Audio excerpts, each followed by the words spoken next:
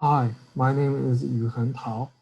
Today I'm going to present my exploration so far about how, as landscape architects, we help people recover from homelessness in the context of St. Kilda. Firstly, I'm going to briefly talk about who are homeless. This group of people are mostly male, although the number of females keeps rising in recent years. 25 to 34 years old are the most common age group. They were mostly born in Australia. St Kilda area is well over 70% of homeless population in city of Port Phillip, highlighting the significance of the issue in the area. While sleeping rough is the most visible form of homelessness, the majority of homeless population living in substandard accommodation, such as rooming houses.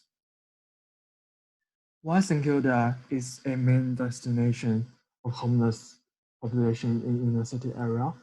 Because it has a rather complete service network aiming to feed the marginalized population at least 5 days a week.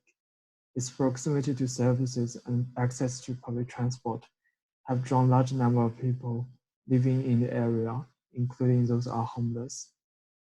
And in recent years, the tension between residents and the homeless population has been growing. City of Port Phillip tried to control the violence allegedly caused by homeless people as it installed CCTV cameras in the areas where homeless people are likely to congregate. Services such as Sacred Heart Mission and Salvation Army in the area aim to extend their services to as many people in need as possible. Options such as rooming houses has gradually become the major solution of this acute housing crisis. Right now, if you find yourself homeless, emergency accommodation provided by Sacred Heart Mission or Salvation Army is the first place you go. By the reference of those service providers, you might secure yourself a bedroom in a rooming house. This option is more likely as the wait list of public housing is too long for many people. There are two types of rooming houses: privately owned and ones run by housing organizations, known as community rooming houses. From there, you work your way back to be housed again. However, residents in rooming houses often have complex needs, as they might suffer from mental health conditions, alcohol and substance abuse. It is very likely to have setbacks that cause them to be back on the streets again if there's not enough support. Therefore, this design thesis will focus on the interest and experience of rooming house residents and help them recover from homelessness. At the moment, there's increasing number of negative media coverage that associates violence with rooming house residents. However, the residents themselves are also victims of violence and ignorance of the society. Then I chose two rooming houses, one private, one community, to further analyze what design could contribute to the needs of the residents.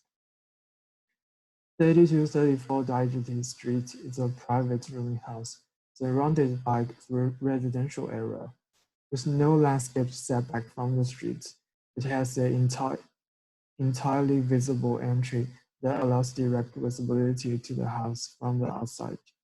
Its back faces a commercial backstreet, imposing potential danger, especially at night. Being a private community house, maximizing revenue and minimizing cost often are the priorities of the owners.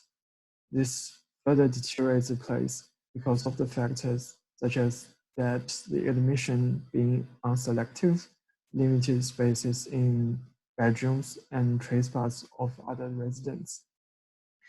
Considering all that, I believe design strategies for this scenario should be addressing the entry, enhancing security of storage, and improving lighting. For my exploration of safe storage in limited space, please refer to the pages in the booklet. As for public rooming houses on 53 Palo Street, it blends into the community more. Government and organizations that own the rooming houses are pushing to transform them into self-contained bedrooms. As a result, the communal areas are often compromised.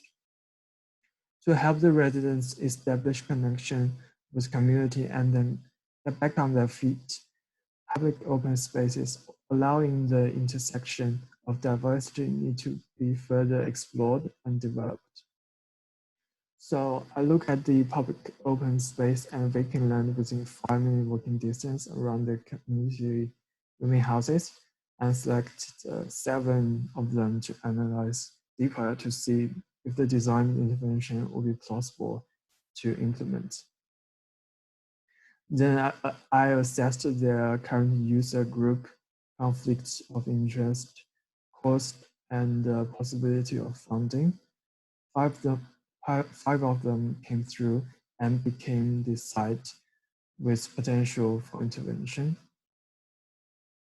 I would like to achieve increase in community involvement, social service incorporation, and therapeutic landscape in those 5 chosen spaces. The precedents these strategies are based on can also be found in the booklet. And this is my exploration so far. Thank you.